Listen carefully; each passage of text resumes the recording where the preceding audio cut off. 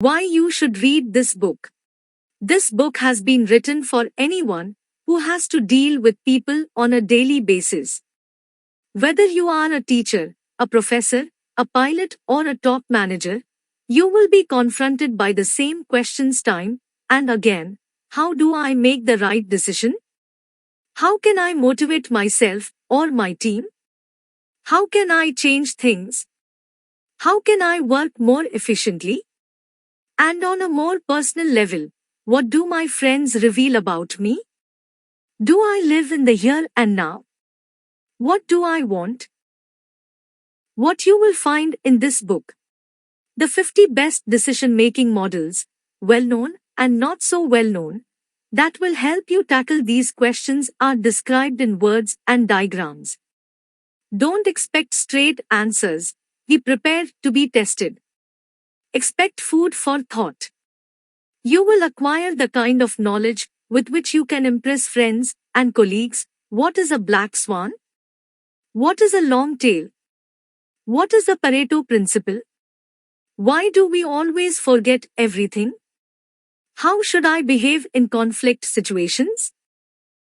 How to use this book. This is a workbook. You can copy out the models, fill them in, cross them out, and develop and improve them. Whether you need to prepare for a presentation or carry out an annual performance review, whether a difficult decision lies ahead of you or a prolonged dispute is now behind you, whether you want to reassess your business idea or get to know yourself better, this book will guide you. What is a decision-making model? The models in this book fulfill the following criteria. Times they simplify, they do not embrace every aspect of reality, but only include those aspects that seem relevant. Times they are pragmatic, they focus on what is useful. Times they sum up, they are executive summaries of complex interrelations. Times they are visual, through images and diagrams, they convey concepts that are difficult to explain in words. Times they organize, they provide structure and create a filing system.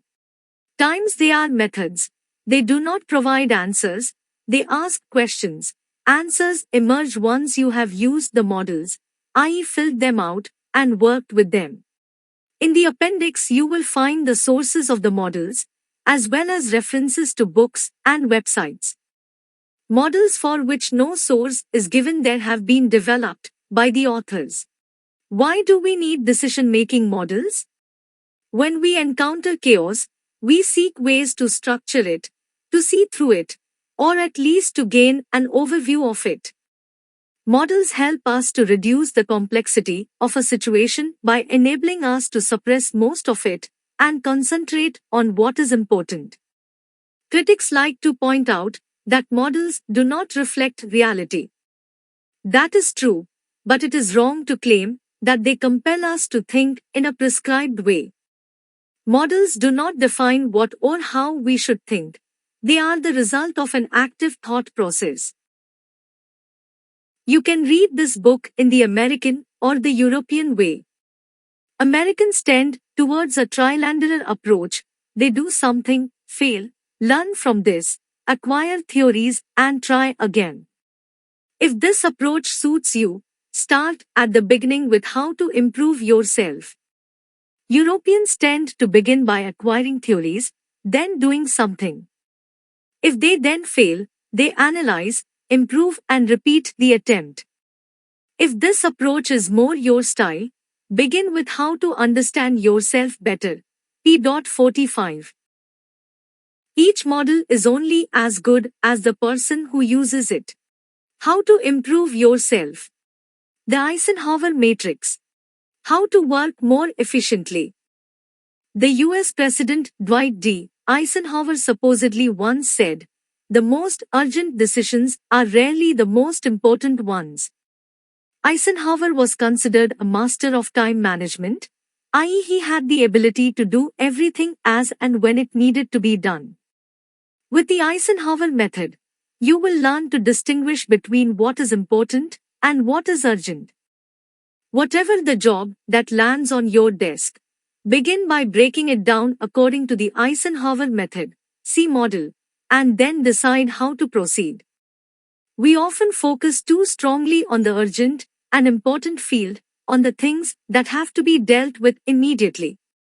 Ask yourself, when will I deal with the things that are important but not urgent? When will I take the time to deal with important tasks before they become urgent? This is the field for strategic, long-term decisions. Another method of organizing your time better is attributed to the multimillionaire Warren Buffett. Make a list of everything you want to get done today. Begin with the task at the top of the list and continue only when you have completed it. When a task has been completed, cross it off the list. Better late than never. But never late is better. Fill in the tasks you currently have to deal with. The SWOT analysis. How to find the right solution. With SWOT analysis, you evaluate the strengths, weaknesses, opportunities, and threats identified in a project. The technique is based on a Stanford University study from the 1960s which analyzed data from Fortune 500 companies. The study found a 35% discrepancy between the company's objectives and what was actually implemented.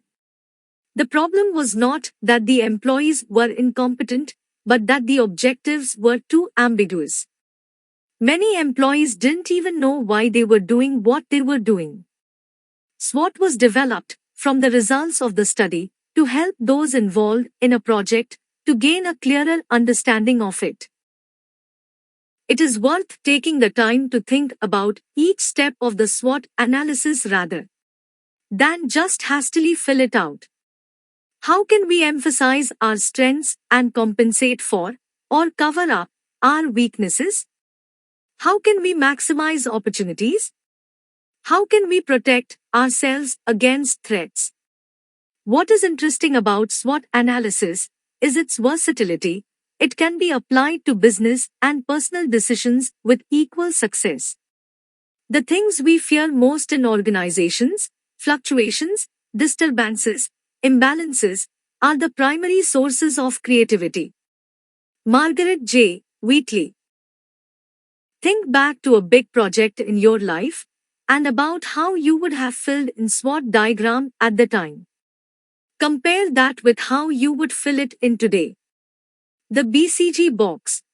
How to evaluate costs and benefits. In the 1970s, the Boston Consulting Group developed a method for assessing the value of the investments in a company's portfolio. The four-field matrix distinguishes between four different types of investment. Times cash cows have a high market share, but a low growth rate. This means they don't cost much, but promise high returns. Consultants' verdict, milk them. Times stars have a high market share and a high growth rate. But growth devours money. The hope is that the stars will turn into cash cows. Consultants' verdict, invest. Times question marks or problem children have high growth potential but a low share of the market. With a lot of financial support and cajolement, they can be turned into stars. Consultants' verdict, a tough decision. Times dogs are business units with a low share in a saturated market. Dogs should be held on to only if they have a value other than a financial one, e.g. a vanity project or favor for a friend. Consultants' verdict, liquidate. The most dangerous words in investing are this time it's different. Sir John Templeton. Arrange your financial products, investments or projects in the matrix. The axes indicate growth potential and market share. The project portfolio matrix. How to maintain an overview. Are you juggling several projects simultaneously? Then you are a slasher. The term was coined by the New York author Marcy Alboher and describes a growing number of people who cannot give a single answer to the question, And what do you do for a living? Suppose you are a teacher, musician, web designer. The variety may be appealing, but how can you balance all these projects? And how do you ensure a regular income? To get an overview, you can classify your current projects, both work-related and private, with the help of the project portfolio matrix according to cost and time. See model. Think of costs not only in terms of money, but also in terms of resources such as friends involved, energy, and psychological stress. Cost and time are just two examples. You can use whatever parameters are relevant to your situation. For example, the x-axis could be how much my project is helping me achieve my overriding objective, and the y-axis how much I am learning from this project. Now position your projects in the matrix in relation to the two axis objectives achieved and amount learned. How to interpret the results? Times reject projects if there is nothing you can learn from them, and if they do not correspond to your overriding vision. Times projects that you can learn from, but do not correspond to your vision are interesting but will not help you achieve your objective. Try to change the project so that it serves your vision. Times if a project corresponds to your vision, but you are learning nothing new, look for somebody else to do it for you. Times if you are learning something and achieving your vision, you have hit the jackpot. The greatest danger for most of us is not that our aim is too high and we miss it, but that it is too low and we reach it. Michelangelo. Arrange your current projects in the matrix. Are you on budget and on time? The John Whitmore model. Am I pursuing the right goal? If you set yourself goals, you should distinguish between final goals and performance goals. A final goal might be I want to run a marathon. A performance goal helps you achieve this aim. For example, I will go jogging for 30 minutes every morning. Write down your goal on paper and check, step by step, whether it correlates with the 14 requirements in the model. A few things to note: if a goal is unattainable, there is no hope, and if it is not challenging, it will not motivate you. If the 14 steps are too complicated for you, keep in mind the following ground rule when establishing your goal: KISS. Keep it simple, stupid. Everything should be made as simple as possible, but no simpler. Albert Einstein. See also flow model P.46. Once you have established a goal, check whether it correlates with these 14 requirements. The rubber band model. How to deal with a dilemma. Is this a situation you are familiar with? A friend, colleague or client needs to make a decision that could irrevocably alter their future, for example to change career, move to another city or take early retirement. The arguments for and against are evenly balanced. How can you help them out of their dilemma? Copy out the rubber band model and ask the person to ask themselves, what is holding me? What is pulling me? At first glance, the method seems to be a simple variation of the conventional question, what are the pros and cons? The difference is that what is holding me and what is pulling me are positive questions and reflect a situation with two attractive alternatives. A peacefulness follows any decision, even the wrong one. Rita Mae Brown. See also SWOT analysis P.12. If you have to decide between two good options, ask yourself what is holding you and what is pulling you. The feedback model. Dealing with other people's compliments and criticisms.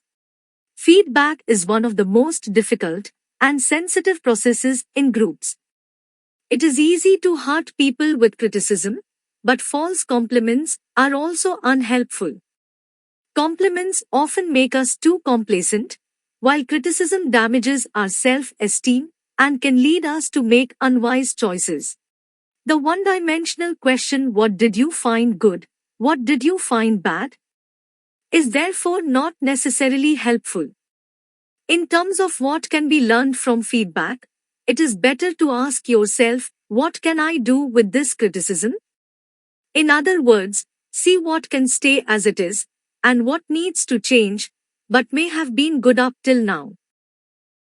It is not only about establishing what has not succeeded, it is also about deciding whether and how to react. The model will help you to categorize the feedback you receive in order to clearly establish a plan of action. It is also important to ask yourself honestly, which success or failure was in fact due to luck? Were you the winner of a match because the ball found its way into the net purely by chance? Do you really deserve this compliment? Pay attention to your thoughts, because they become words. Pay attention to your words, because they become actions. Pay attention to your actions, because they become habits. Pay attention to your habits, because they become your character. Pay attention to your character, because it is your fate. From the Talmud. Arrange the feedback you have received in the matrix. What advice do you want to follow? Which criticisms prompt you to take action? Which suggestions can you ignore? The family tree model. The contacts you should maintain. This model is based on the premise that humans are fundamentally social, interactive beings. Brand loyalty can be understood as a person's attachment to a brand or product, and that person's desire to tell others about it. Conventional models for determining brand loyalty often serve as a justification of, often imprudent, expenditure or of decisions that have already been made rather than as an objective evaluation of strategies. A simpler and more constructive starting point for determining brand loyalty is to find out what your customers think about your product. Instead of a complex questionnaire, in this model the customer is asked a single question: who recommended this product to you, and who would you recommend it to? 3 groups of respondents can be defined based on the answers: promoters, passive satisfied customers, and critics.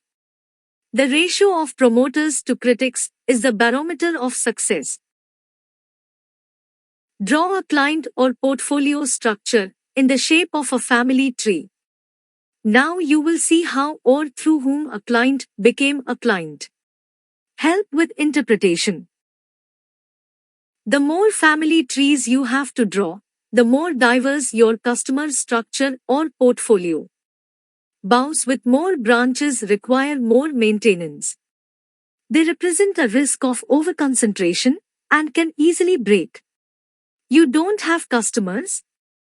Then think about how your circle of friends and acquaintances is structured. Through whom did you meet most of your friends? Are you still friends with this person? See also Network Target Model, P.AT. Draw the family tree of your friends and acquaintances. Through whom do you know your friends? Or draw the tree of your clients. Through whom have you reached most of your customers? The morphological box and scamper. Why you have to be structured to be creative. Innovation can mean doing something completely new, but it can also mean making a new combination of things that already exist. But how is this achieved? The concept of morphology stems from the study of biological structures and configurations. In the 1930s, the Swiss physicist Fritz Zwicky at the Institute of Technology in California developed a problem-solving method using what he called morphological boxes, in which a new entity is developed by combining the attributes of a variety of existing entities. This method, which was initially applied by Zwicky to jet engine technology, also began to be used in marketing strategies and the development of new ideas. How it works. For the development of a new car, for example, all the relevant parameters, e.g., vehicle type, target group, are noted, and as many attributes as possible are ascribed to each parameter. This requires expertise as well as imagination, as the aim is to create something new out of something that already exists. The result in this case is a two-dimensional table, although a morphological box can have up to 4 dimensions.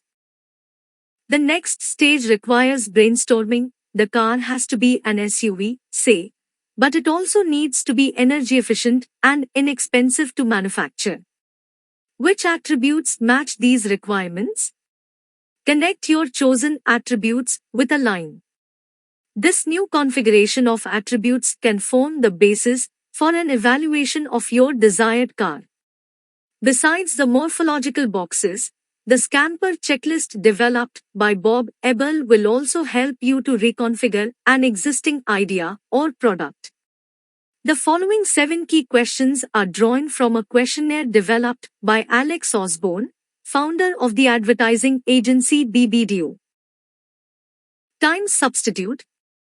Substitute people, components, materials. Times combine.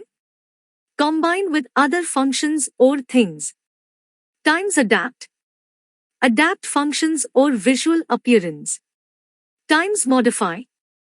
Modify the size, shape, texture or acoustics. Times put to other use. Other, new, combined uses. Times eliminate. Reduce, simplify, eliminate anything superfluous. Times reverse. Use conversely, invert, reverse. The task is not so much to see what no one has yet seen, but to think what nobody yet has thought about, that which everybody sees. Arthur Schopenhauer. See also, Thinking Outside the Box, p.92. The Esquire Gift Model. How much to spend on gifts? Gift giving is something of a minefield. A cheap or impersonal gift can make the recipient feel undervalued and create an awkward situation for both giver and receiver. This little model from Esquire magazine has to access times how long have you known the person to whom you are giving the gift, times how much money should you spend on the gift. 2 rules of thumb: being generous beats being miserly. Don't be misled by the sentence, that really wasn't necessary. Buy something that you would be pleased to receive as a gift yourself. I have the simplest tastes. I am always satisfied with the best. Oscar Wilde. The model shows which people you should give gifts to, when, and to what value. What is the most valuable gift you have ever given and received? The consequences model. Why it is important to make decisions promptly. We are often forced to make decisions based on limited or ambiguous information. At the beginning of a project, for example, when the final details have yet to be clarified, we need to be bold in our decision-making, particularly because these early decisions have the most far-reaching consequences. Towards the end of a project, we know more and have fewer doubts, but by then there is no longer anything fundamental to decide. The most important question, then, is how we can bridge the chasm between doubt and decision. Beware. We often defer decisions because we have doubts. But not making a decision is a decision in itself. If you delay a resolution, it is often an unconscious decision, one that you do not communicate. This leads to uncertainty in a team. So if you want to make a decision later, be sure to communicate this clearly. With this model, the Ganesh organization theorists Christian Krainer and Sren Christensen encourage us to be courageous and make decisions based on minimal information. I'd rather regret the things I have done than the things that I haven't. Lucille Ball. See also Eisenhower Matrix, p.10. The model shows how the extent of the consequences of your decisions relates to the extent of your knowledge. The conflict resolution model. How to resolve a conflict elegantly. Psychologists agree that conflicts have to be dealt with in order to prevent deadlock and recrimination and restore stability and communication. The question is, how? In principle, there are 6 different ways of dealing with a conflict situation: escape, fight, give up, evade responsibility, compromise, or reach a consensus. 1. Escape. Escaping is the same as avoiding. The conflict is not dealt with, and the situation remains the same. It can be assumed that neither side will gain anything. This is a lose-lose situation. 2. Fight. Those who deal with a conflict aggressively have only one aim: to win. But winning alone is not enough, as somebody also has to lose. This approach is about conquering the opponent and asserting one's own position in the face of resistance from others. The result is a win-lose situation. 3. Give up. Those who give up their own position in a conflict solve it by retreating, i.e., they lose. The result is a lose-win situation. 4. Evade responsibility. Those who feel overwhelmed by a conflict often delegate the decision, and thus also the confrontation, to another authority, usually a higher one. This authority solves the conflict for them, but not necessarily wisely, and not necessarily in the delegator's interest. There is a risk that the parties on both sides of the conflict will lose situation. 5. Compromise. Depending on how it is perceived, a compromise is a solution acceptable to both parties. It is often felt that although the solution isn't ideal, it is reasonable in the circumstances. Win-lose. 6. Reach a consensus.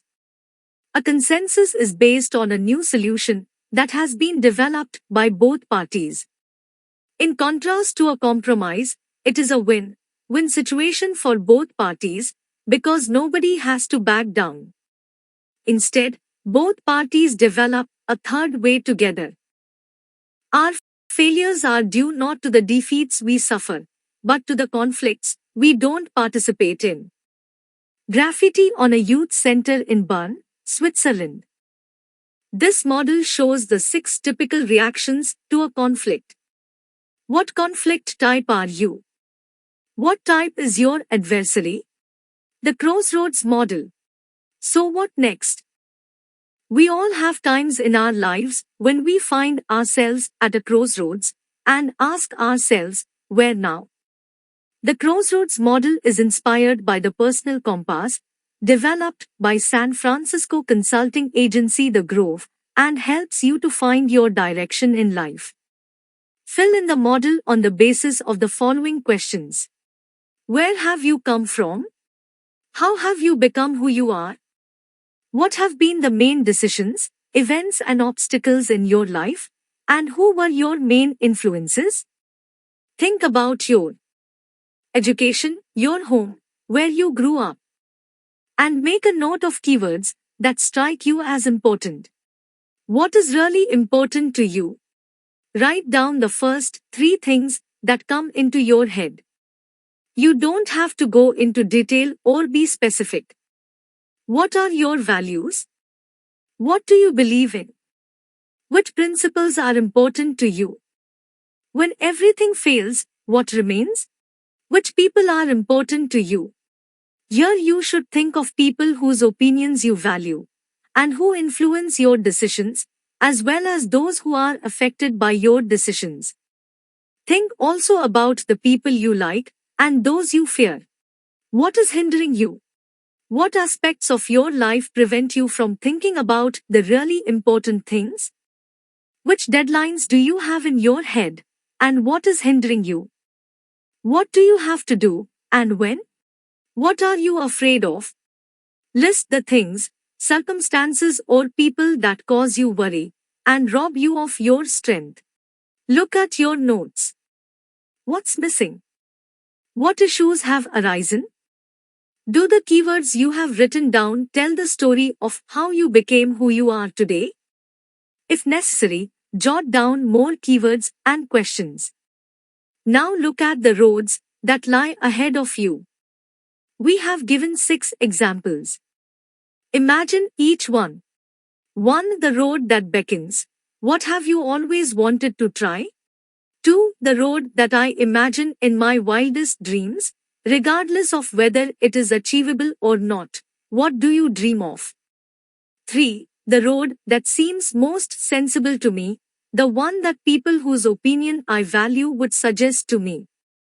4. The road not traveled, one you have never considered before. 5. The road I have already been down. 6. The road back, to a place you once felt safe. You decide. When was the last time you did something for the first time? Answer the questions by yourself or together with a good friend. Then imagine the road that you could take. How to understand yourself better. The flow model. What makes you happy? Over 2000 years ago, Aristotle came to the unsurprising conclusion that what a person wants above all is to be happy. In 1961, the US psychologist Mihaly Csikszentmihalyi wrote, "While happiness itself is sought for its own sake, every other goal, health, beauty, money or power, is valued only because we expect that it will make us happy." Csikszentmihalyi looked for a term that described the state of feeling happy. He called it flow. But when are we in the flow? After interviewing over 1,000 people about what made them happy, he found that all the responses had 5 things in common. Happiness, or flow, occurs when we are times intensely focused on an activity, times of our own choosing, that is, times neither under-challenging, bore out, nor over-challenging, burnout, that has, times a clear objective, and that receives, times immediate feedback. Csikszentmihalyi discovered that people who are in the flow not only feel a profound sense of satisfaction, they also lose track of time and forget themselves completely because they are so immersed in what they are doing. Musicians, athletes, actors, doctors, and artists describe how they are happiest when they are absorbed in an often exhausting activity, totally contradicting the commonly held view that happiness has to do with relaxation. What is preventing you from being happy? The model has to access the level of the challenge and the level of your abilities. On the graph, write down the last 3 challenges you have faced and how you felt about them. The Johari window. What others know about you. We cannot grasp our own personality, but we can be aware of what part of our personality we reveal to the outside world. The Johari window, Johari is derived from the first syllables of the first names of its inventors, Joseph Luft and Harry Ingram, is one of the most interesting models for describing human interaction. A 4-point window divides personal awareness into 4 different types. A. This quadrant describes characteristics and experiences that we are aware of ourselves and that we like to tell others about. B. This hidden quadrant describes things that we know about ourselves but choose not reveal to others. It decreases in size the more we build up a trusting relationship with others. C. There are things that we do not know about ourselves but that others can see clearly. And there are things that we think we are expressing clearly, but which others interpret completely differently. In this quadrant, feedback can be enlightening but also hurtful. D. There are aspects of ourselves that are hidden from ourselves as well as others. We are more complex and multifaceted than we think. From time to time something unknown rises to the surface from our unconscious, for example in a dream. Choose adjectives, fun, unreliable, etc., that you think describe you well. Then let others, friends, colleagues, choose adjectives to describe you. The adjectives are then entered in the appropriate panes of the window. Try this exercise with your partner. Are there things about your partner that you wished you had never discovered? And what do you wish you didn't know about yourself? What do others know about you that you don't know yourself? The Johari window provides a model of personal awareness. The cognitive dissonance model. Why people smoke when they know it's unhealthy.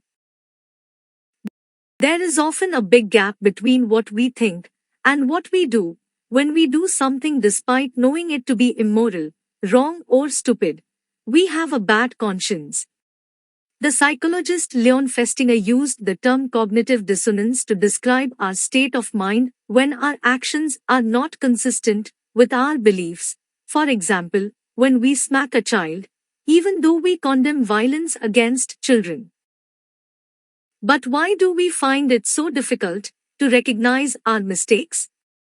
Why do we even go as far as defending our actions when we are confronted with their shortcomings?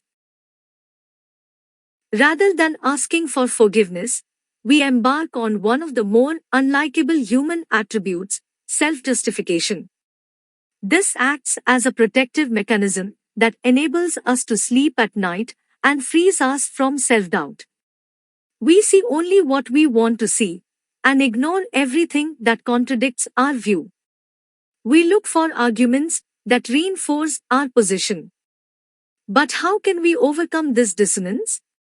Either by changing our behavior or our attitude. A great nation is like a great man.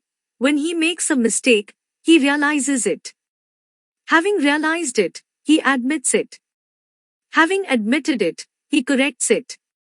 He considers those who point out his faults as his most benevolent teachers.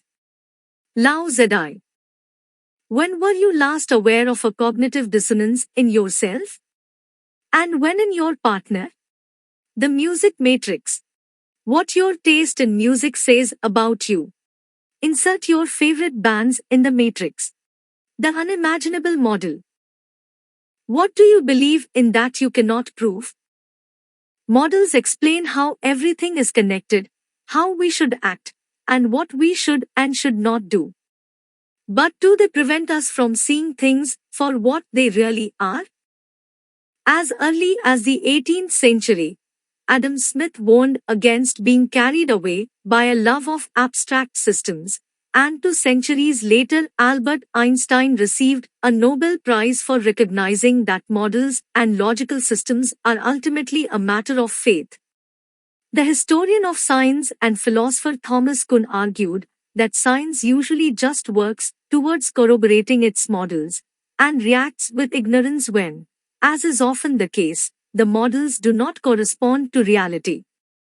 This insight may not have earned him a Nobel Prize, but he did land himself a professorship at an elite university. We often believe so strongly in models that they take on the status of reality. A good example of this is the ontological proof of the existence of God, which Kant explored in his philosophy. He maintained that if we are able to imagine a being as perfect as God, then he must exist. Ways in which we blindly accept models as reality can also be found in our everyday lives. For example, if we are told that humankind is full of greed and egoism, this model of behavior may be internalized and, unconsciously, imitated. I hate reality, but it's still the best place to get a good steak. Woody Allen. See also Black Box Model, P.118, the world's next top model, P.148. What do you believe in, despite not understanding the evidence? And what do you believe in despite having no evidence to support it? The UFFE Elbike Model.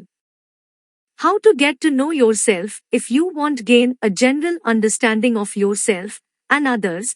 UFE Elbike's Public Opinion Barometer is a good starting point. It reveals behavioral traits and tendencies. You should bear in mind that you are always subject to four different perspectives, times how you see yourself, times how you would like to see yourself, times how others see you, times how others would like to see you. Proceed as follows times without taking time to think about it. Decide the following on a scale of 1 to 10. How much of a team person are you? And how much of an individualist? Do you pay more attention to content or to phone? What is more important to you, the body or the mind? Do you feel more global than local? Use a pen to connect the lines. Times now take a different colored pen to mark on the scale how you would like to see yourself.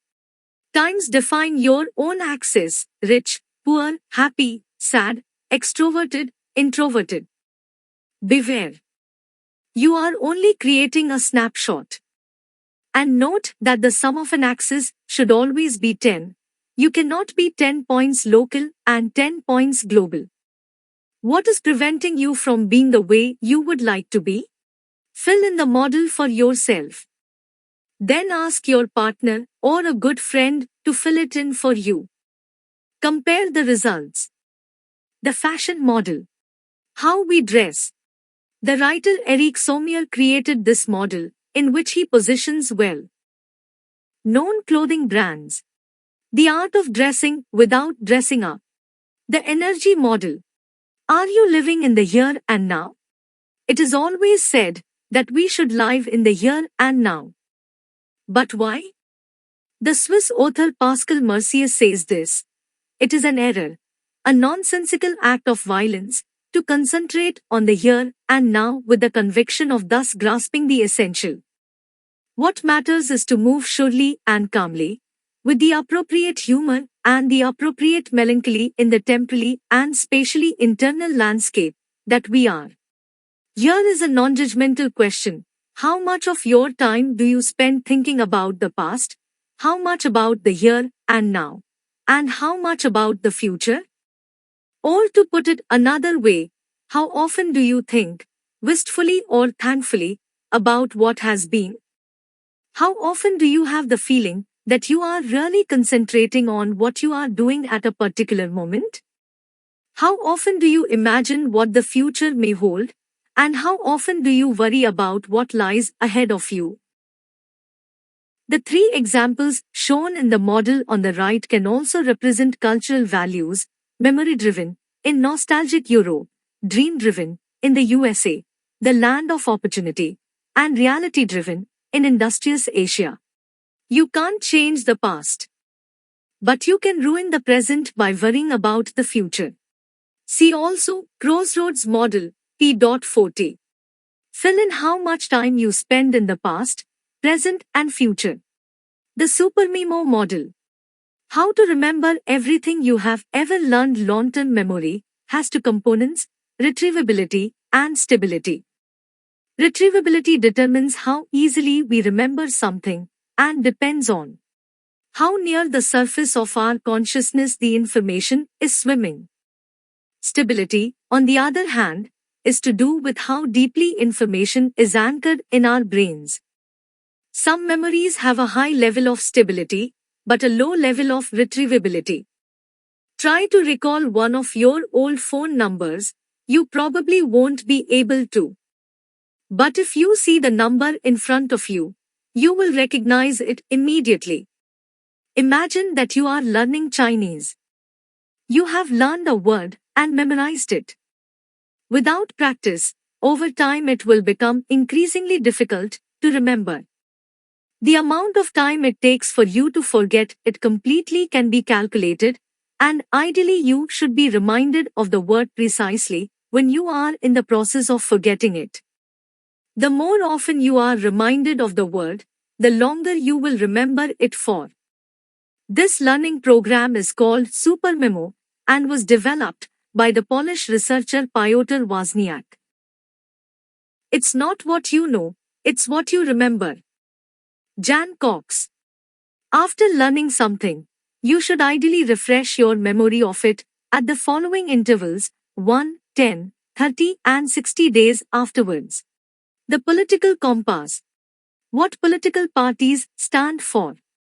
Although we still tend to think of politics in terms of left and right, this polarization is too simplistic to describe today's complex political landscape. Traditionally, at opposite ends of the political spectrum, Labour and Conservative have moved so close together in terms of shared economic and social policies that there is little left to distinguish them. Traditional definitions can also be misleading. Its position on race and nationalism means that the BNP is generally regarded as radically right-wing, yet it is far to the left even of Labour when it comes to some social issues like health and housing. The clear-cut political divisions of the past may have become blurred, but there are models for measuring the views and attitudes of voters. One of the most famous of these tools is called the political compass. You can plot your political position on this model, the axes of which are left, right, and liberal, authoritarian. Note that the left-right axis relates not to political orientation in the traditional sense, but to economic policy. Left is equal to nationalization, right is equal to privatization. The liberal, authoritarian axis relates to individual rights. Liberal is equal to all rights lie with the individual. Authoritarian is equal to the state, has a high degree of control over its citizens. Always radical, never consistent. Walter Benjamin. Analysis of the UK political landscape at the time of the 2010 general election by politicalcompass.org. Ask yourself where you stand. Where did you stand 10 years ago? The personal performance model. How to recognize whether you should change your job. Many people are unhappy in their jobs. But how can job dissatisfaction be measured? This model will help you to evaluate your job situation. Every evening for 3 weeks, ask yourself the following 3 questions and insert your answers in the model on a scale of 1, doesn't apply at all, to 10, totally applies. Times have to. To what extent are my current tasks being imposed on me or demanded of me? Times able to. To what extent do my tasks match my abilities? Times want to. To what extent does my current task correspond to what I really want? After 3 weeks, analyze the shapes of the different sails. If you are moving, then your job offers you variety. If the shape of the sail is always the same, then ask yourself the following, times what do you want? Times are you able to do what you want? Times what are you able to do? Times do you want what you are able to do? If you can't do something, you have to work at it. See also flow model, P.46, rubber band model, P.22. To what extent are your current tasks being imposed on you? To what extent do they match your abilities? And to what extent do they correspond to what you want? The making of model. To determine your future, first understand your past. When it comes to strategic decisions, we usually focus on the future. Our dreams are acted out in the future, and our hopes are pinned on fulfilling these dreams. But why? Perhaps because we think we can determine our future. However, we tend to forget that every future has a past, and that our past is the foundation on which our future is built. That's why the important question is not how do I imagine my future, but how do I create a connection, a bridge, between the past, e.g. of a project, and the future? This model, inspired by a visual planning system developed by the Grove Consulting Agency, helps you to work out what was relevant in your past, and what you can forget, and what you should take with you from your past into the future. This is how it works. You define a time frame, e.g. the last year, your school days, your marriage, or from the founding of a company to today, and think back to the start of that period, either alone or in a group. Then add the following to the timeline, times the people involved times your goals, at the time, times the successes times the obstacles you overcame times what you learned. The filled-in model reveals the importance you attach to your past. Memory is the only paradise from which we cannot be driven. Jean Paul.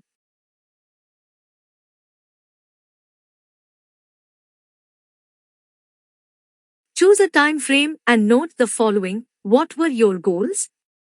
What did you learn? What obstacles did you overcome? What were your successes? Which people played an important role? The personal potential trap. Why it is better not to expect anything. Such a promising boy, anybody who has heard this said about them can already guess what lies behind the personal potential trap. A lifetime of striving to fulfill this promise. It is the curse of talented people. He just needs to find out what he really wants, people say. His shortcomings are overlooked, and his successes admired for the ease with which they are achieved. To begin with, he profits from this attractive yet fatal combination of talent and charisma. That is, until the stupid ones become hardworking, then he has to watch from the sidelines as he is overtaken by precisely those people who had once enviously looked up to him. The personal potential trap can be precisely traced.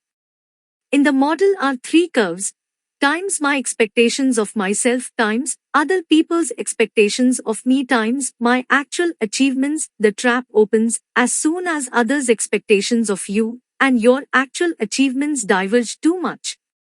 Normally a talented person cruises along until a crisis point is reached. The way to go is to promise 80 and deliver 120. Are you prepared to expect less of yourself than what you think others expect of you? The model shows three curves, my own expectations, the expectations of others, and my achievements. If the three diverge too much, you will fall into the personal potential trap. The hype cycle. How to identify the next big thing. Here are some questions that the smartest people in some of the biggest companies are pondering right now. Will Facebook survive? Will Microsoft's Bing evolve? What will be the next big thing? Will it be relevant and useful? And will people love it? Nobody knows the answers to these questions, but the people at Stanford consulting company Gartner might know more than most. They have invented a model called the hype cycle to characterize the uber enthusiasm or hype and subsequent disappointment that typically come with new technologies. What people love about technology is, basically, that it works. Emailing works. The internet, if you have a bit of time on your hands, works. Text messaging works. What do they all have in common? They all went through each of the 5 phases of the hype cycle. 1. Technology trigger. The product is on the market, and you hear about it everywhere. Have you checked this out? 2. Peak of inflated expectations. The hype is at its peak. But people start to find mistakes. You hear, yeah, it's great, but. 3. Trough of disillusionment. The product fails to meet expectations. The not-so-cool people use it. You hear, it's so 4 years ago. 4. Slope of enlightenment. The media have stopped covering the technology, the hype is over. This is when many technologies simply fall out of the market. But some businesses might continue to experiment. They might change the original version or find new uses for it. You hear, I never thought of it before, but you could use this in a different way. 5. Plateau of productivity. The benefits of the technology become widely demonstrated and accepted. Often it is the 2.0 or 3.0 version that emerges from the experimental phase to become a success. You hear nothing anymore. People simply use it. Love is forever as long as it lasts. See also the chasm, P.114. The hype cycle may also apply to relationships. In the beginning you are on top of the world. Then you start having second thoughts. After a certain time you either split up or make a long-term commitment. The subtle signals model. Why nuances matter? Anybody who works with people knows that information doesn't always flow to where it is meant to flow, that departments fight each other rather than support each other, and that managers base their decisions on cool-sounding strategies rather than on actual facts. In the words of the organization theorist Elliot Jacks, management is in the same state today that the natural sciences were in during the 17th century. There is not one single, well-established concept in the field of management on which you can build a testable theory. Why do some teams work well together and others badly? What are the subtle differences between functioning and non-functioning structures? The answer is that we don't know. But what we do know, thanks to US journalist Mark Buchanan, is that communication is vital for a healthy working environment, and that communication takes place on two levels, what we say and how we say it. MIT's Media Lab monitored creative teams at a major bank in order to find the answers to these questions. Who is saying what to whom? Who moves when, how often and where to? In what tone of voice is a speaking to be? Who is stressed? Who seems to be suffering from burnout? What sounds like Big Brother is called reality mining. And in the case of the bank it revealed the following, that those who talked a lot with others and who read a lot of emails, private as well as work-related, seemed to be generally happier and also more productive than those who concentrated only on work. Who do you talk to most of all? Whose opinion do you value most? With whom do you speak and how often? And what are the consequences of your discussions? Arrange your discussions with colleagues in the matrix. The network target model. What your friends say about you. Could you say who your 5 best friends are? And could you say with which 5 people you communicate the most? And could you also say what all your acquaintanceships have in common?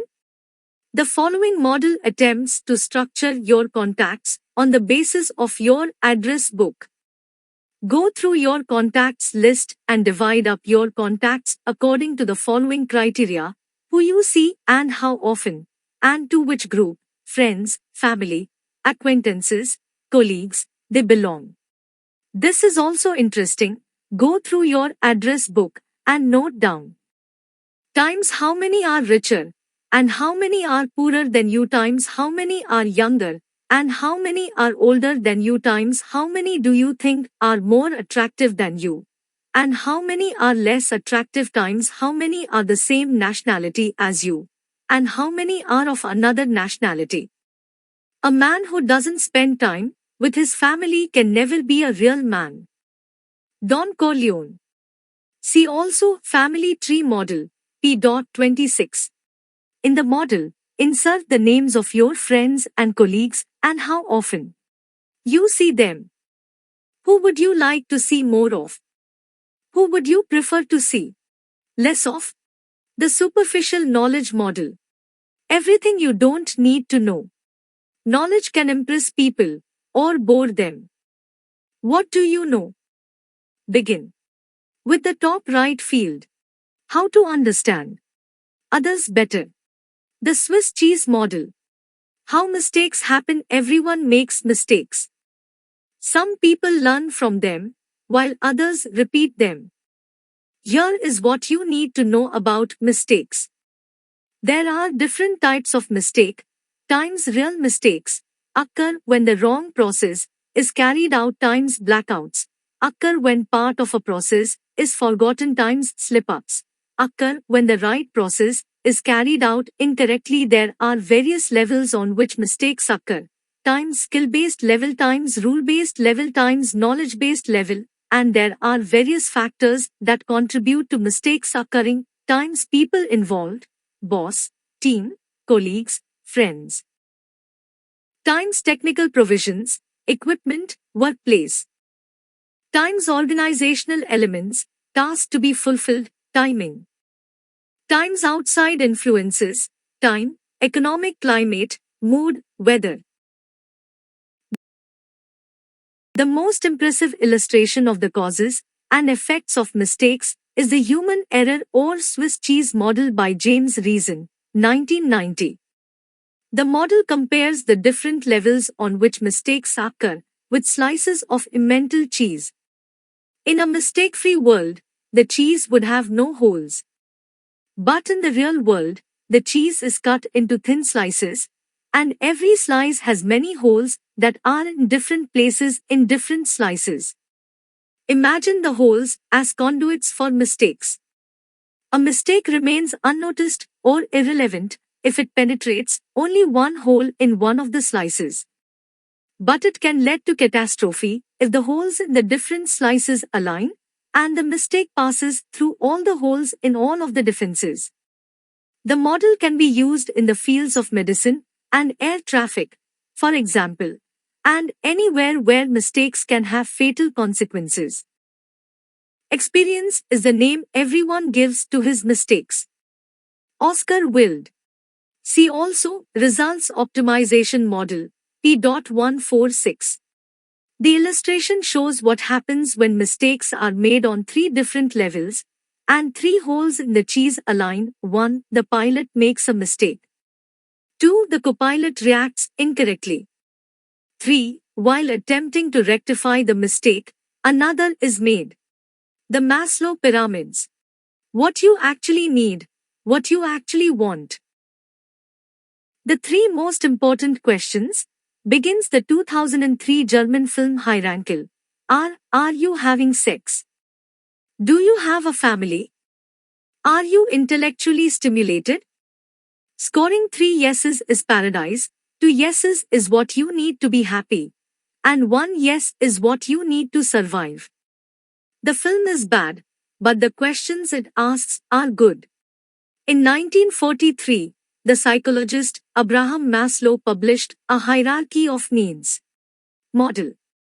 He categorized human needs as follows: times physiological needs, eating, sleeping, warmth, sex, times security, somewhere to live, job security, health, protection against adversities, times social relationships, friends, partner, love, times recognition, status, power, money, times self-actualization, individuality, realizing personal potential, but also faith and transcendence. The first 3 of these are basic needs.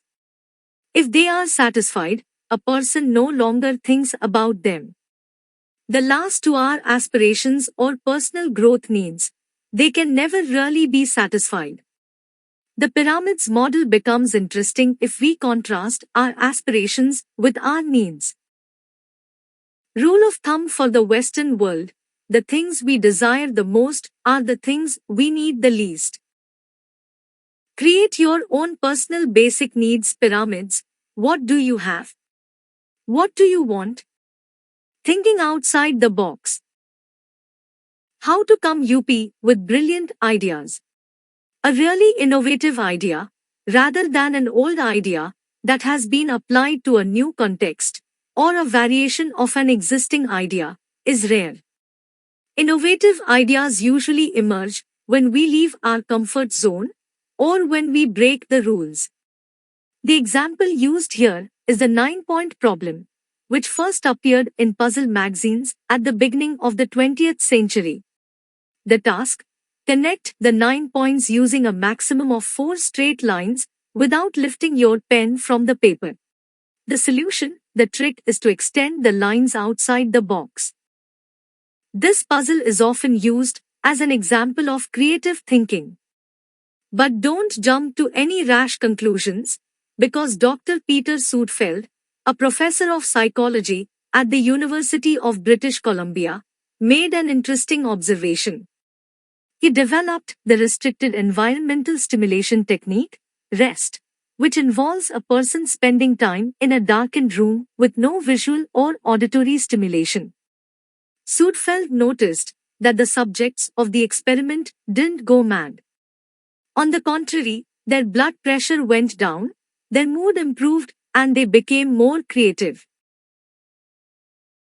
A person who wants to think outside the box is better off thinking inside a box. See also morphological box and scamper, p.28. Left. Outside the box is the area where the known and unknown overlap. Right. 2 ways to connect the 9 points with 4 lines. The sinus milieu and Bourdieu models. Where you belong. The sinus milieu is a psychographic method for establishing the different socio-cultural groupings to which a person belongs.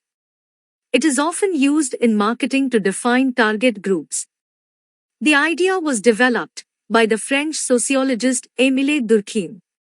On the next double page is a rarely used version by another French sociologist, Pierre Bourdieu, in the form of an axis model. Bourdieu's analysis of cultural consumption challenges us to think about our deep-rooted cultural preferences and practices. The narrowness of the sinus groups is often criticized. It is true that it cannot answer the question, where do I belong? If my father was a bus driver, my mother a hippie, I am a fashion designer, and in my spare time I hang out with my friends from the golf club.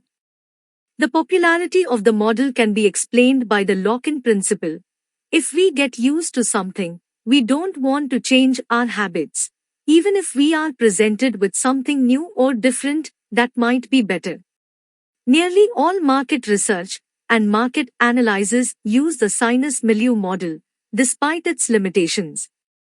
It shows us that if a majority have become used to one system, it is difficult for another system to establish itself. Habit is stronger than the desire for improvement. Our origins are our future. Martin Heidegger. Where would you position yourself? Where would you position your parents? Where would you like to be positioned? Bourdieu model. Where would you position yourself? Where would you position your parents? And where would you like to be positioned? The W learning model. How to learn from your mistakes. W learning involves reflecting on your actions and learning from them.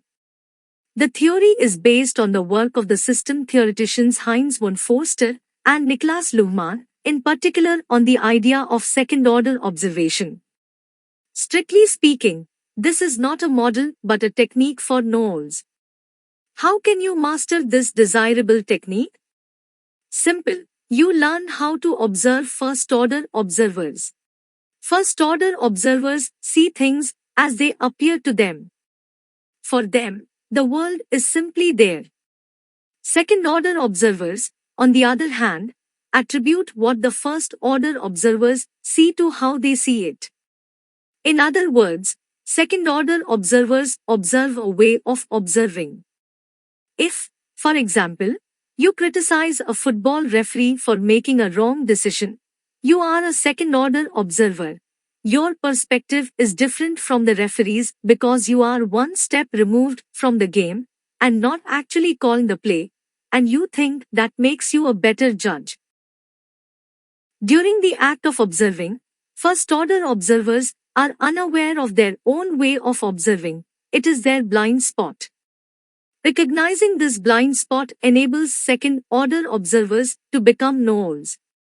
They are able to point out to the first-order observers that it is possible to observe differently and thus see things differently. The psychologist Chris Argyris and the philosopher Donald Schoen developed W learning out of these theoretical ideas on observation. In the best-case scenario, the single loop, the first order observation, is best practice. Something that works well is not changed, but simply repeated. In the worst case scenario, it is worst practice. The same mistake is repeated, or a problem is solved without questioning how it arose in the first place. In WP learning, you think about and question what you are doing and try to break your own pattern, not simply by doing something differently, but by thinking about why you do it the way you do it. What are the objectives and values behind your actions? If you are fully aware of these, you may be able to change them. The problem inherent in the double loop is the discrepancy between what we say we are about to do, known as espoused theory, and what we actually do, known as theory in use. If we really want to change something, it is not enough to create guidelines for our employees or ourselves, or to give directives. These only reach us as a command, espoused theory. Real changes occur when we reassess our more deeply rooted reasons, objectives, and values. These are the force fields that affect the theory in use. Be the change you want to see. See also Black Box Model, P.118, the world's next top model, P.148. When was the last time you broke a familiar pattern in your life and really did something differently? Which pattern would you like to break? What is preventing you from breaking it? The AI model. What kind of discussion type are you? The abbreviation AI stands for Appreciative Inquiry, a method attributed to the American management expert David Coop Ryder that involves concentrating on the strengths, positive attributes, and potential of a company or a person, rather than weaknesses. What is going really well at the moment replaces the classic question, what is the problem? Concentrating on weakness creates a negative impression from the outset. Every person, every system, every product, every idea has faults. In the best case scenario, an awareness of this fact can lead to a determined pursuit of perfection. But in many cases, focusing too strongly on the flaws of an idea or project stifles the open and positive approach that is essential for good working practices. The basic principle is to take an idea that is not yet fully developed and to continue developing it instead of prematurely abandoning it. People often reveal their character in their approach to discussions. 4 basic types can be identified according to how people react to suggestions, times the fault finder, the idea is good, but times the dictator, no. Times the school teacher, no, the idea isn't good because, times the AI thinker, yes, and we could also. Any fool can criticize. And most fools do. Benjamin Franklin. The next time you are in a group discussion, make a note of how each person presents their arguments. The small world model. How small the world really is. In 1967, the social psychologist Stanley Milgram claimed that every person in the world is connected to every other person by just a few degrees of separation, a maximum of 6, to be precise. In the 1990s, the model experienced a renaissance as a party game. I know somebody who knows somebody else who knows somebody else. In this way, you can connect yourself to practically any famous person in the world, or you can connect all actors that have ever appeared in a film to one another. Surprisingly, Laurence Olivier is only 2 steps away from Pamela Anderson. Pamela Anderson appeared in Snapdragon, 1993, with James Wing Wu, who in turn appeared in Marathon Man, 1976, with Laurence Olivier. If you don't believe it, check out the website oracleofbacon.org.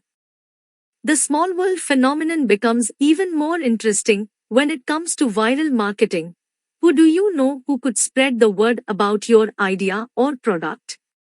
Social networks like LinkedIn and Facebook show how many contacts you have and through how many other people you know these contacts. It's not about what you can do, but about who you know. See also family tree model, P.26, subtle signals model, P.78. How many degrees of separation do you think there are between you and Greta Garbo? The Pareto principle. Why 80% of the output is achieved with 20% of the input? At the beginning of the 20th century, the Italian economist Wilfredo Pareto observed that 80% of Italy's wealth belonged to 20% of the population. And that's not all, 20% of workers do 80% of the work, 20% of criminals commit 80% of the crimes, 20% of car drivers cause 80% of the accidents, 20% of hedge funds invest 80% of the money, 20% of pubgoers consume 80% of the alcohol. We wear 20% of the clothes we have in our wardrobes and spend 80% of our time with 20% of our friends. In business meetings, 80% of the decisions are made in 20% of the time, and 20% of a company's clients' products are responsible for 80% of its turnover. Of course, the Pareto rule cannot be applied to everything. Mathematicians prefer the more precise 64-4 rule, because 80% of 80 is 64 and 20% of 20 is 4. But anybody who wants to plan their time optimally should know that roughly 20% of the time spent on a task leads to 80% of the results.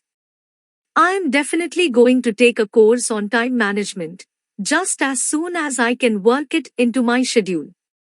Louis E. Boone. See also Longtail model, P.108.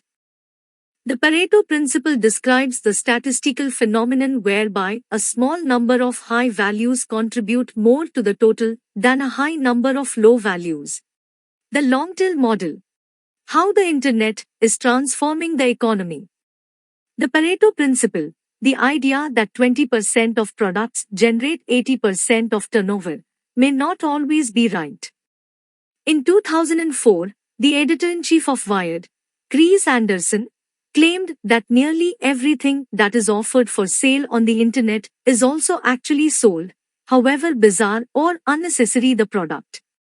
It appears that business is gravitating to where there is variety instead of uniformity. Anderson used a demand curve to illustrate his claim. On the far left, the curve rises sharply upwards. Here are the best sellers and blockbusters that account for 20% of the market.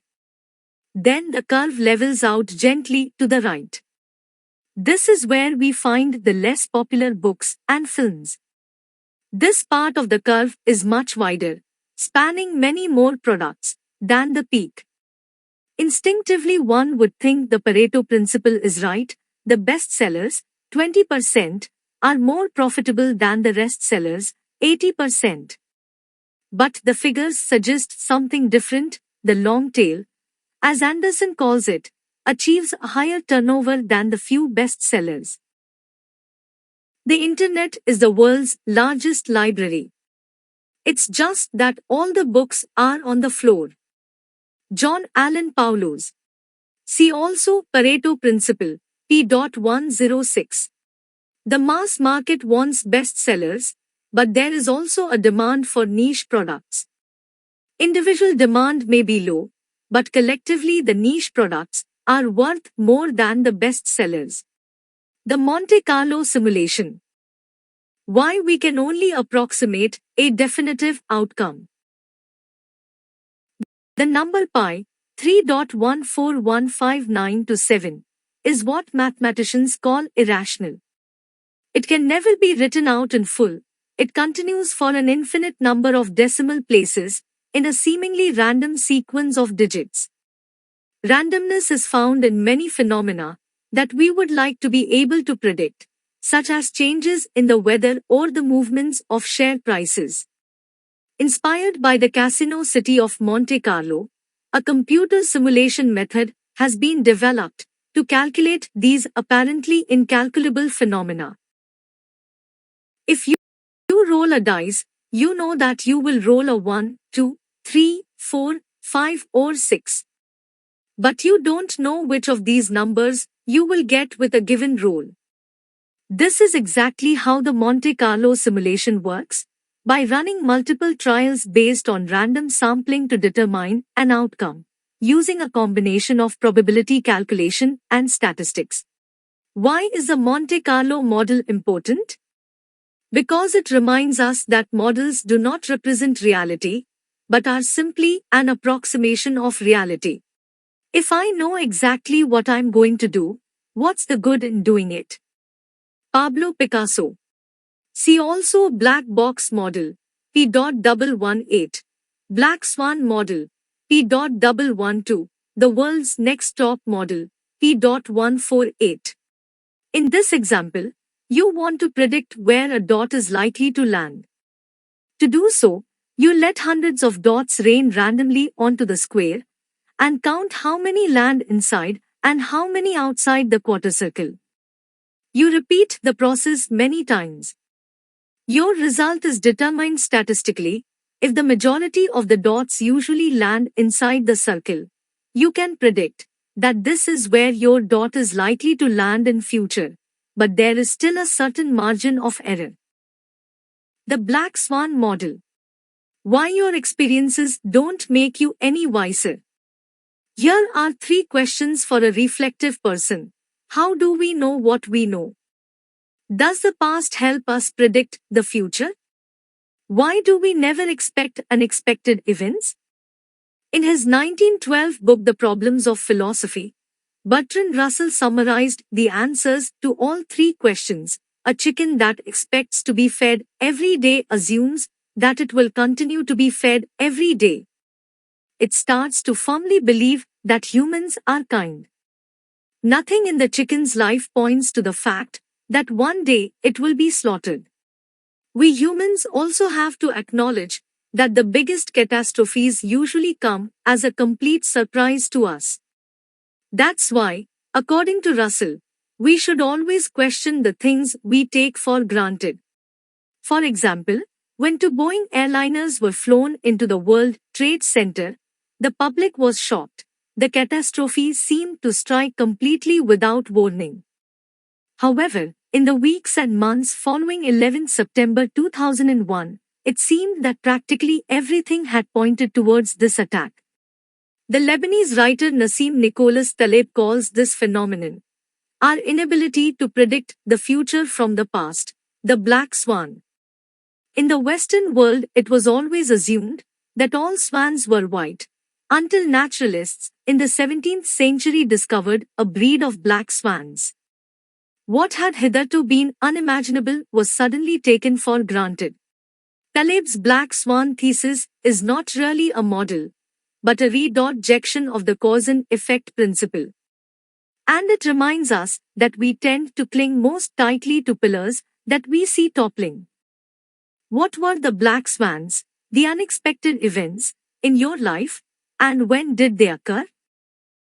See also Black Box Model, P.118, the world's next top model, P.148.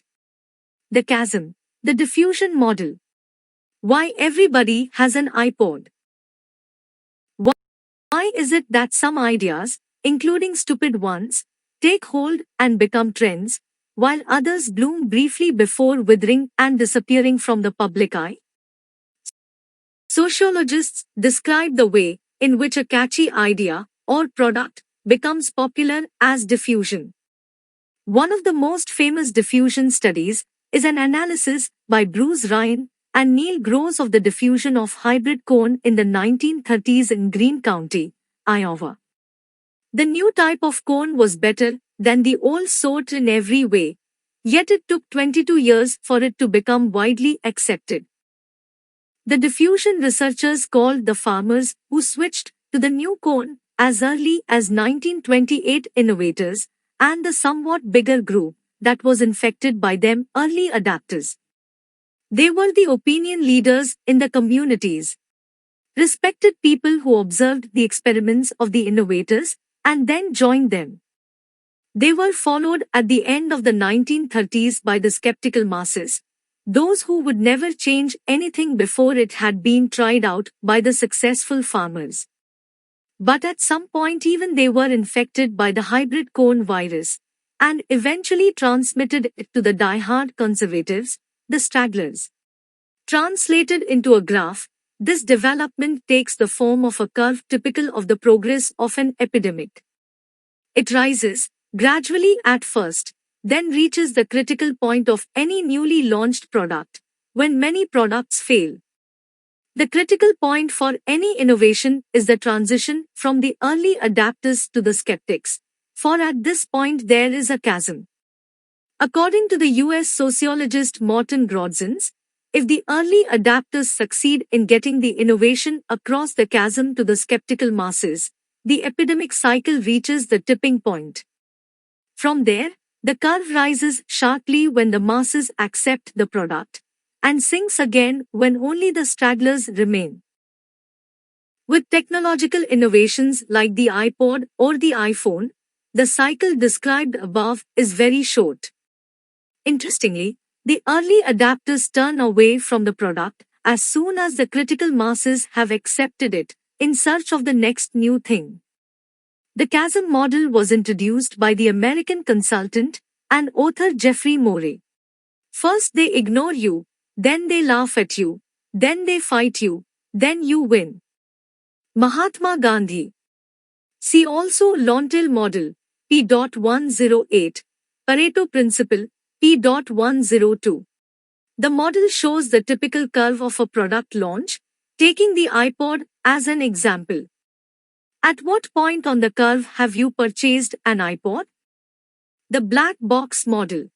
Why faith is replacing knowledge. One thing is undisputed. Our world is getting more complicated all the time. Black and white, good and bad, right and wrong have been displaced by complicated constructs that leave most people in the dark. As the world around us becomes increasingly fast-paced and complex, the amount that we really know, that we can really grasp and understand, decreases all the time. As recently as the 1980s teachers still tried to explain to their pupils how computers worked, in terms of binary code. Today it is more or less taken for granted that we do not understand many of the things that surround us, such as mobile phones and iPods. And even if somebody tried to explain the DNA code to us, we would probably be out of our depth. We are increasingly surrounded by black boxes, complex constructs, that we do not understand even if they are explained to us. We cannot comprehend the inner processes of a black box, but nonetheless we integrate their inputs and outputs into our decision-making. The amount that we simply have to believe, without understanding it, is increasing all the time. As a result, we are tending to assign more importance to those who can explain something than to their actual explanation. In the future it will be the norm to convince people with images and emotions rather than with arguments. See also Black Swan model, P.112. The speed and complexity of a process increase in relation to each other. We are often no longer able to understand increasingly complex explanations. The status model. How to recognize a winner whether you wished you had been born into privilege or were just a little richer. We all have social aspirations. But how can we recognize class distinctions and social status? The model over the page has two axes, how you spend it and how you earned it. In the matrix we define 4 types. Old money. The established elite can be characterized by their dogged adherence to old-school conventions in the face of a changing world. They drive to identical Rolls-Royce for fear of otherwise appearing too showy. They donate millions to charity to soothe their consciences. There is a touch of the ridiculous about them. Children of rich parents sound like a broken record searching for an identity that never was. Good for nothing. They should be routinely ignored. The nouveau riches spend their money like there is no tomorrow, as conspicuously as possible so that everyone notices. The status symbol of this group is the monster SUV. However, their propensity for hysteria suggests that it could all be over soon. The green SUVs. The creative career, organic lifestyle, and green SUV proclaim an alternative globalization in which good conquers evil. But this sustainable way of life is motivated less by a bad conscience than by personal advantage. The green SUVs do not forego luxury, because nowadays luxury is green. The metaphor of this new elite is the green SUV, sustainable luxury. The poor wish to be rich, the rich wish to be happy, the single wish to be married, and the married wish to be dead. And Landers. The prisoner's dilemma. When is it worth trusting someone? As the saying goes, trust makes way for treachery. But is this true? Here is a puzzle that provides an answer. Two prisoners are suspected of having carried out a crime together. The maximum sentence for the crime is 10 years. The two suspects have been arrested separately, and each is offered the same deal. If he confesses that they both committed the crime, and his accomplice remains silent, the charges against him will be dropped, but his accomplice will have to serve the full 10 years. If both he and his accomplice remain silent, there will only be circumstantial evidence, which will nonetheless be enough to put both men behind bars for 2 years. But if both he and his accomplice confess to the crime, they will both be sentenced to 5 years in prison. The suspects cannot confer. How should they react under questioning? Should they trust each other? This is the so-called prisoner's dilemma, a classic conundrum in game theory. The two suspects both lose if they opt for the most obvious solution, i.e. to put themselves first. They get a 5-year sentence each. They fare better if each one trusts that the other will remain silent. They then get a 2-year sentence each. Note that if only one of the suspects confesses, then the sentence is 10 years for the other suspect, and the confessor is freed. In 1979, the political scientist Robert Axelrod organized a tournament in which 14 academic colleagues played 200 rounds of the prisoner's dilemma against one another in order to work out the best strategy.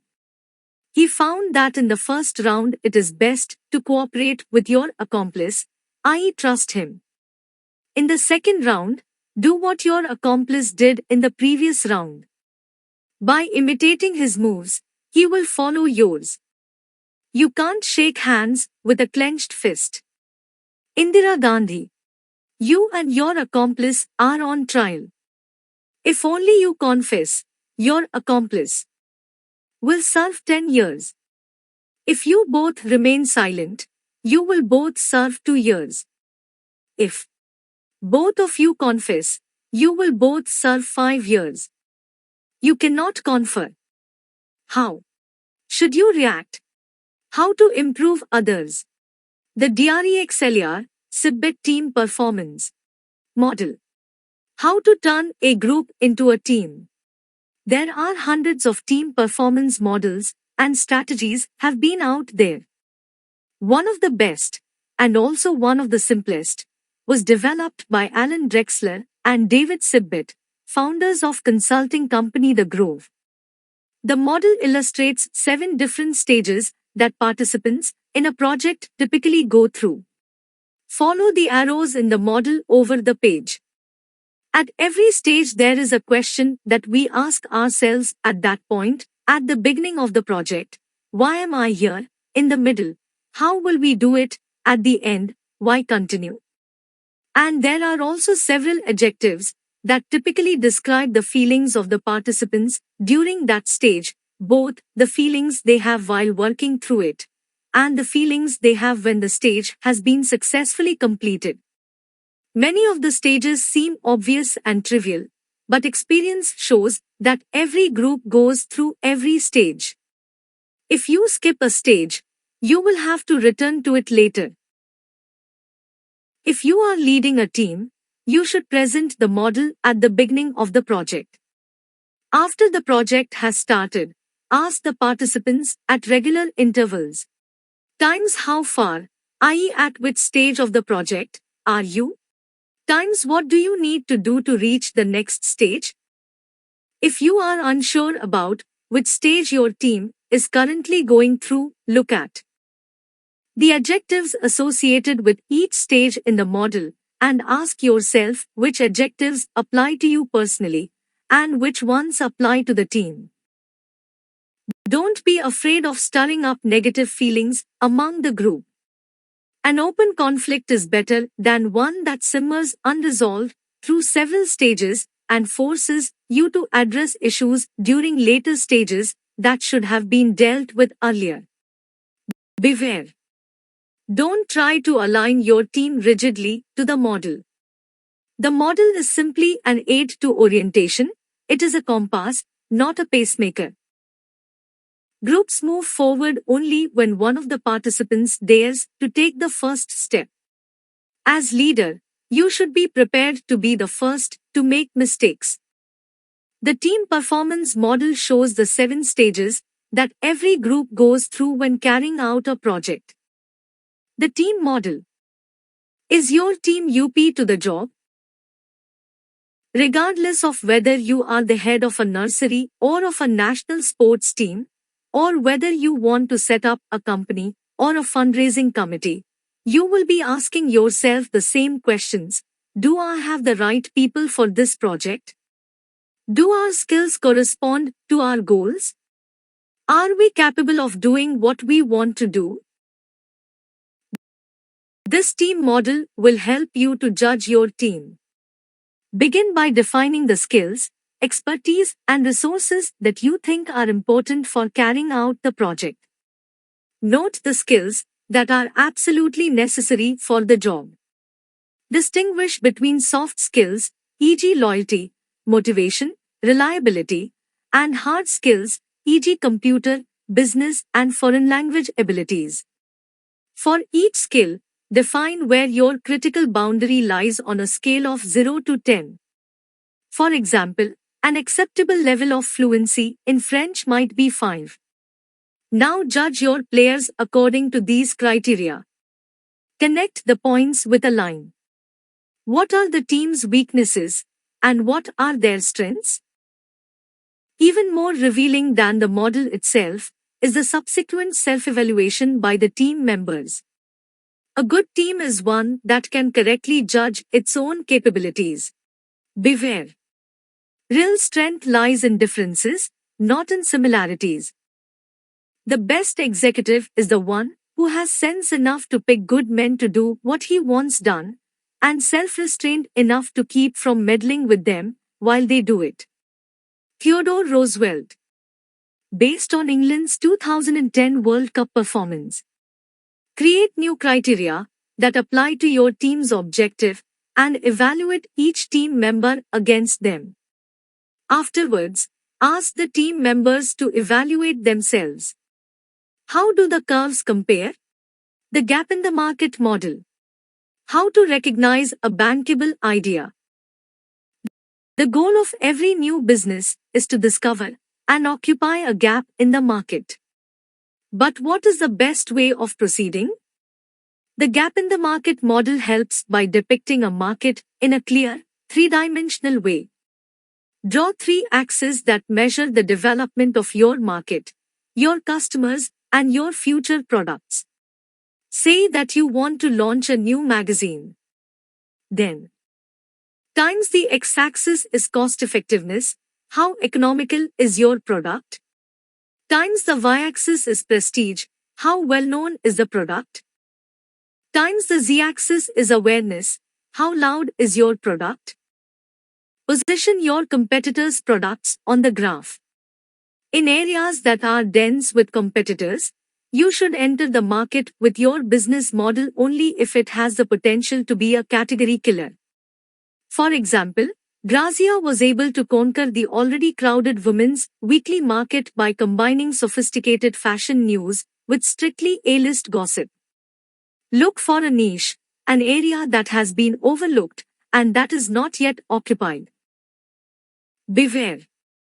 If an area is completely empty, you should check whether there is a demand there at all. Positioning is like drilling for oil. Close is not good enough. This model helps you to identify gaps in the market, position your competitors according to the three axes, e.g. prestige, cost-effectiveness, awareness. Where is there a niche? The Hersey-Blanchard model. Situational leadership. How to successfully manage your employees.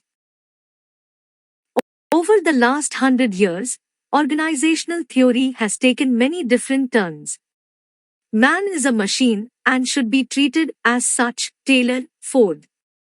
Paying attention to social factors and not objectively regulated working conditions leads to the best results, Hawthorne. Organizations can regulate themselves, Clark, Farley. And strategic management, i.e. the division of organizations into primary and secondary activities, leads to success, Porter. A rather different theory was put forward by Paul Hersey and Ken Blanchard, who suggested that the most important thing is to adapt one's style of leadership to the situation at hand. This situational leadership model distinguishes between 1. Instructing. When they are starting a job, employees need strong leadership. When they are new, their level of commitment is usually high, but their level of expertise is still low. Employees are given orders and instructions. 2. Coaching. The employee's level of expertise has risen. Because of stress and the loss of the initial euphoria at starting a new job, their motivation and commitment levels have fallen. The employees are asked questions, and they look for the answers themselves. 3. Supporting. The level of expertise has risen sharply. The level of motivation can vary, either it has gone down, employees may resign, or it has gone up as a result of being given more independence. Employees are encouraged to come up with their own ideas. 4. Delegating. Employees are fully in control of their work. The level of motivation is high. They are given their own projects and lead their own teams. Lead your employees in such a way that you yourself become superfluous. And lead your employees to be successful, so that one day they will be in a leadership position themselves. Read from right to left. New employees must first be instructed, then coached, then supported, and finally delegated to. Read from right to left. The ratio of competence to work ethic on a time axis. The role-playing model, Belbin and D. Bono. How to change your own point of view. When the creative thinking guru Edward D. Bono presented his 6 thinking hats in 1986, critics dismissed the idea as just a bit of fun. De Bono's idea was to assign the members of a working group a temporary one-dimensional point of view or thinking hat. Today, the technique is widely accepted, and De Bono's 6 hats are used as a team or meeting technique to stimulate communication and create a playful, serious approach to a discussion topic. This is how it works. An idea or a strategy is discussed by the members of a group.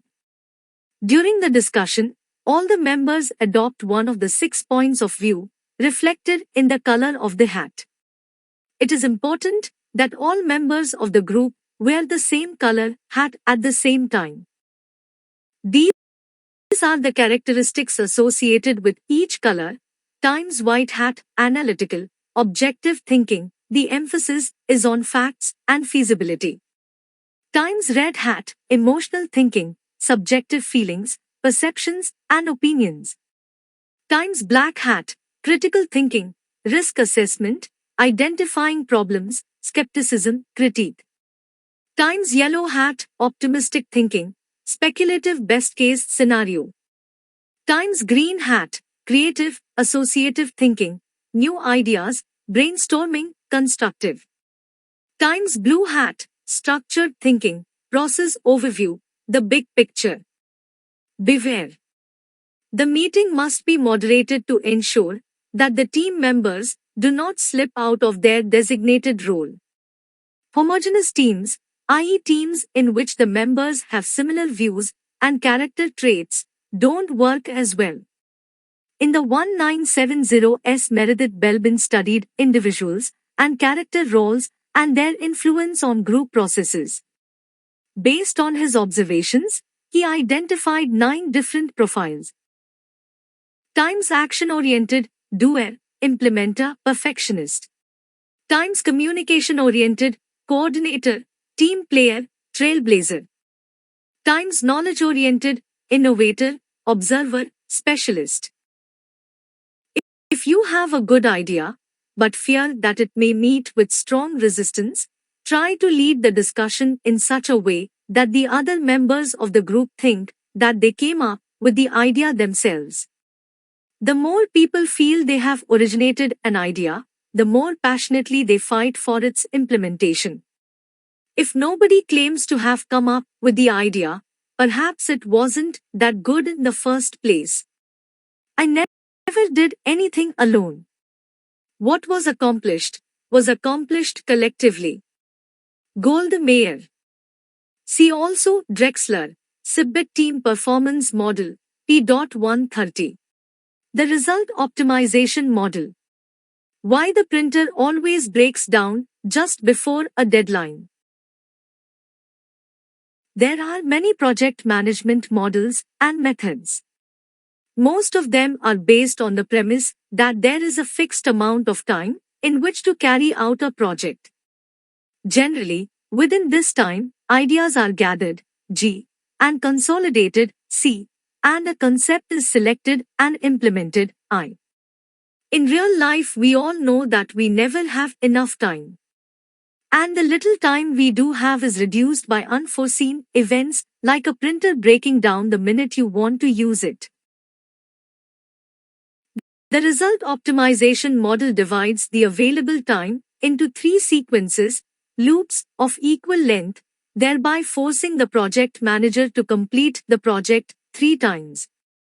The idea is to improve the outcome in each successive working loop. This method leads not only to improved output quality, but also to a more successful final outcome at the end of a project. Instead of simply being glad that it is finally put to bed, the whole team has a threefold feeling of achievement. Beware. Be stringent when carrying out this strategy. Work in such a way that each loop is properly completed before embarking on the next. Otherwise, this model loses its dynamic. With development processes, it is important to clearly separate the 3 stages of gathering, consolidation, and implementation. A beautiful thing is never perfect. Anonymous. See also Drexler, Sibet Team Performance Model, P.130. To achieve an optimal result, you should plan your project so that it is finished 3 times. After the 3rd time it really is finished. The world's next top model. What can we learn from this book? Even when it comes to making the simplest decision, the number of factors to be taken into account can exceed our powers of imagination. Therefore, management models have tried to reduce complexity by condensing ideas into a matrix with 4 fields. It all started with spreadsheet programs, explains Karin Frick, head of research at the Gottlieb Duttweiler Institute. Spreadsheets are among the most powerful management tools of recent years. Spreadsheet software such as Microsoft's Excel have revolutionized the way in which we manage expenses and budgets. To a man with a hammer, everything looks like a nail. This observation of Mark Twain's can also be applied to models, which tend to create their own reality. Four-field matrices and Excel spreadsheets give their users a way of viewing, understanding, and organizing the world. They have changed the way we understand business processes as drastically as the telescope changed the way we look at the sky. When they were introduced, spreadsheets and matrices were new visual aids which offered companies a way of viewing reality from a new perspective. But the reality was more complex than the models would lead us to believe. The next top model was introduced in the 1970s by Frederick Wester. He popularized the idea of networked thinking. Since then, there has been a succession of bestsellers on the topic of managing complex systems, e.g. Kevin Kelly's Out of Control in the 1990s and The Black Swan by Nassim Nicholas Taleb in 2007. How to handle complex situations, systematic thinking, chaos theory, and self-organization theory have been compulsory reading for managers for years. Yet management theory today is at about the same stage as medicine was before the introduction of X-ray technology and, more recently, computer tomography. Before then, doctors were largely unable to penetrate beyond symptoms to the underlying causes, and their treatment methods were correspondingly primitive and imprecise. The development of the new techniques made possible increasingly precise procedures. And soon, genetic engineering may enable us to tackle the causes of diseases directly. The type of analysis now used in genetic engineering is promising new insights in the area of management. The programs that are being developed for the decryption of genetic information and for the early detection of diseases will, in future, also help to decipher patterns in buying behavior and other information flows. In Super Crunchers, Ian Ayres shows how this is already possible today. Here are some examples he gives. Times on the basis of statistical analysis of the weather data in the Bordeaux wine-growing region, the economist Orly Ashenfelter can predict the quality of new vintages more accurately than the wine guru Robert Parker, who relies on his intuition, taste buds, and experience.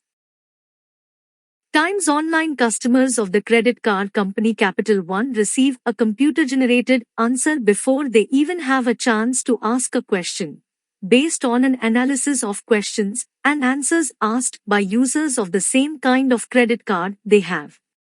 Only then can they choose an alternative question from the menu. Apparently, Visa is already able to predict divorces on the basis of credit card data. Times Harrah's casinos can predict when a punter's losing pain threshold will be reached. When the program gives a warning, a luck ambassador is sent off to entice the loser with a gift before it is too late, in the hope that they will stay and carry on losing. Today, the results of certain decisions are first tested in a virtual world before they are implemented in real markets, a kind of market test in silico. Nowadays, almost everything we do, buy and decide leaves behind electronic traces, by means of RFID tags, people and products can be relatively easily located in space and time. In this way, companies are able to monitor how their business is running, where their customers or employees are, what they are currently doing, and even how they are feeling. In the future, decision makers will work with prognosis tools, as described above, rather than with models. But there is a problem: decision makers using such tools in the present do not understand what they are calculating. The formulas and models that explain the world are black boxes, understood by only a few experts. The typical user has to trust the system without understanding it. But although we may not know exactly what the models are calculating, we can still test, measure, and refine them with real customer and market data. model by Valdez Krebs. It illustrates buying behavior for political books, liberal content, black, conservative content, gray, and books with no political agenda, white. Most readers stick to one of the three groups. Now it's your turn. Drawing Lesson 1. Why you should draw while you talk. Models work best if you draw them. Why? Do an experiment, speak in front of an audience about a subject, and look to see how many of the listeners make notes during your lecture. Give the same talk again, to a different audience, and while you are speaking, draw models for them that roughly illustrate your thoughts. How many of the listeners copy the models? How many make notes this time? These are the advantages of giving ideas a visual phone. Times the audience does not just listen to you, it also looks at what you are doing. You receive twice as much attention. Times attention is directed from your person to your subject. You are no longer standing in front of a jury. You are speaking with the jury about a separate issue. Times images are always remembered in connection with feelings and places. Your listeners will look at the model and remember your lecture. You can only draw stickmen. Not to worry. The more sophisticated and perfect a drawing is, the more alienating it is. With simple, clear drawings, the audience gets the feeling that they could do this too. So stick with your stickmen. This doesn't require you to be a talented artist, but keep developing them. Final note. This is the first book to set out a wide range of decision-making strategies and models. We had no prototypes, so we had to break new ground. If you come across mistakes, if you know of other, better models, if you have suggestions of how a model can be further developed, or if you simply want to make a comment, please write to us. You can discuss the models at www.totopmodels.com and www.totopmodels.com. Thanks. Follow audiobooks, Tabillion Books, book reviews, audiobooks, and much more. All links are mentioned in the description.